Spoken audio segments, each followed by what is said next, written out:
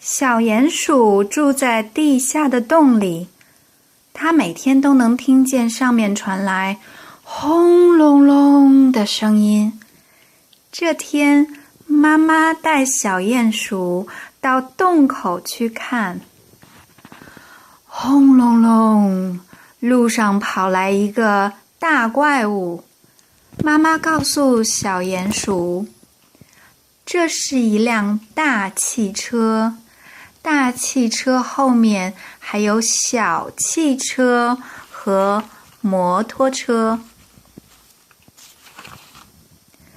轰隆隆，天上来了一个大怪物。妈妈告诉小鼹鼠，这是一架大飞机，大飞机后面还有小飞机。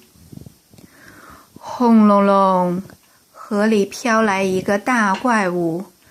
妈妈告诉小鼹鼠，这是一艘大轮船，大轮船后面还有小汽艇。